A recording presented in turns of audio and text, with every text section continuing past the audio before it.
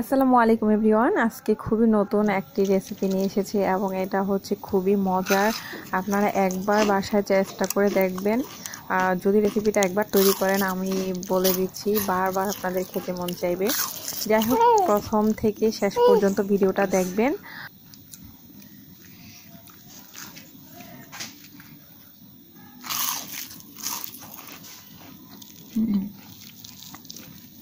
আজকের রেসিপিটি যদি আপনার জন্য নতুন হয়ে থাকে, অবশ্যই কিন্তু কমেন্ট করে জানাতে ভুলবেন না।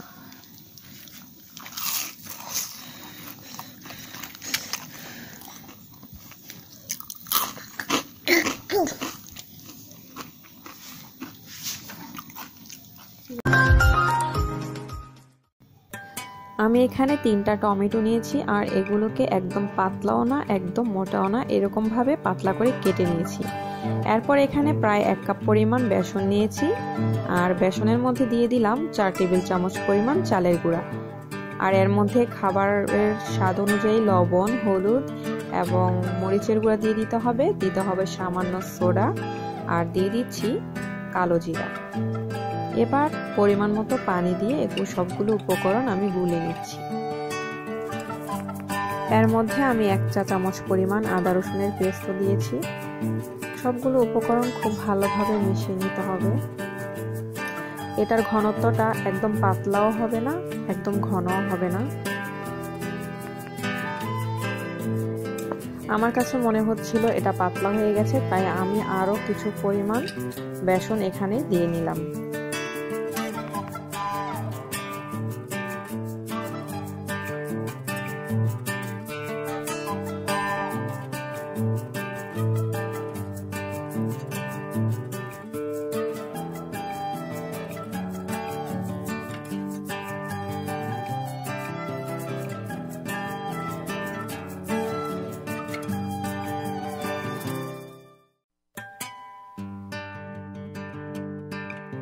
আর টমেটোগুলোর মধ্যে স্বাদ অনুযায়ী লবণ এবং কিছু চালের গুঁড়া দিয়ে নিয়েছি।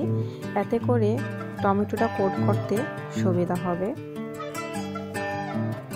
আমার আজকের ভিডিওটি আপনার কাছে কেমন লাগলো অবশ্যই কমেন্ট করে জানাতে ভুলবেন না।